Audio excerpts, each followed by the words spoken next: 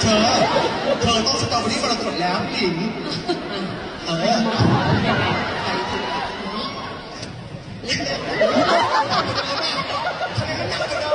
ไม่หนักแค่สาธิตให้ดูช้าๆเอียงถ้าเกิด4 3 2สวัสดี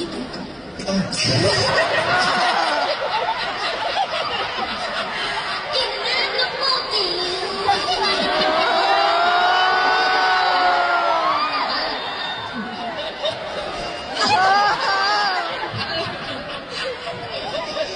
ไม่ได้จริงๆได้แล้วเมื่อกี้โอเคแล้วเมื่อกี้สุดๆเลยเดี๋ยวเขาตัดย้ำๆแล้วใส่เพลงสตรอเบอรี่ลงไปเดี๋ยวเขาจะเห็นสตรอเบอรี่ลงไปไม่ใช่อะไรก็ตัดแล้วถ่ายตรงนี้แล้วเอาไปไหนก็ตัดแล้วเอาให้ดี1 2 3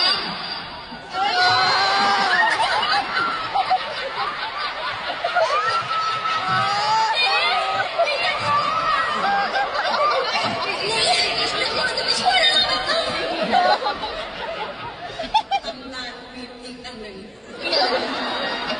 นอกจากอันนี้ฝากตัดใส่เพลงแท็กด้วยนะฮะลีน่าหมิวยังไม่ได้พูดเลยนะยังไม่ได้พูดเลยว่าแต่สตรอเบอรี่แบบลีน่าหมิวเป็นไงบ้างไปเลย